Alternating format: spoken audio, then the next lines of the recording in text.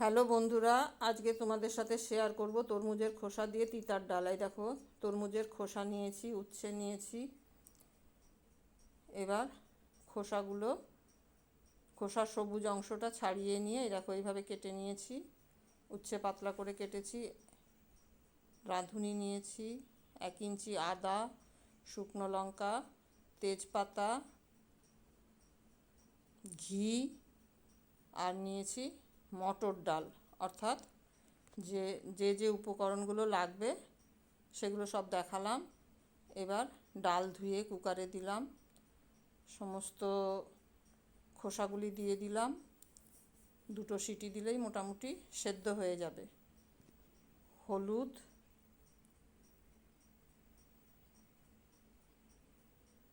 পরিমাণ মতো লবণ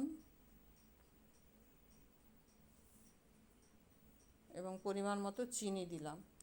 এবার জল দিয়ে কুকারের ঢাকনা এঁটে দেব।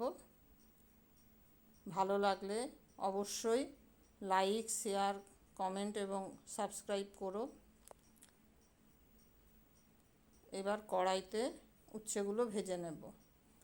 তোমাদেরকে আগেই বলেছিলাম, অর্থাৎ আগের ভিডিওতে, যে তরমুজের খোসা দিয়ে কিছু রেসিপি আমি তোমাদের সাথে শেয়ার করব। তো এর আগের দিন একটা করেছি, আবার আজকে এটা তোমাদের সাথে শেয়ার করছি।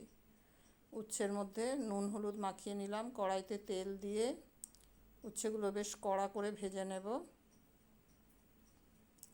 উচ্ছেগুলো দিয়ে দিলাম কড়াইতে।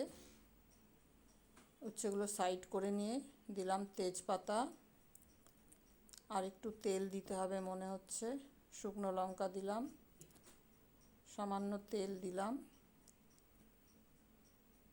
রাঁধুনি আর গ্রেট করা আদা দিয়ে দিলাম। এবার ডালের মধ্যে একটু কাঁটা দিতে হবে, তার আগে খোসাগুলো তুলে দিয়ে দিলাম। ডালটা ঢেলে দিলাম। এবার নাবানোর আগে 1 চামচ মতো ঘি দেব। এইভাবে আমি ঘি দিলাম। হয়ে গেছে। এবার একটু টেস্ট করে দেখার পালা।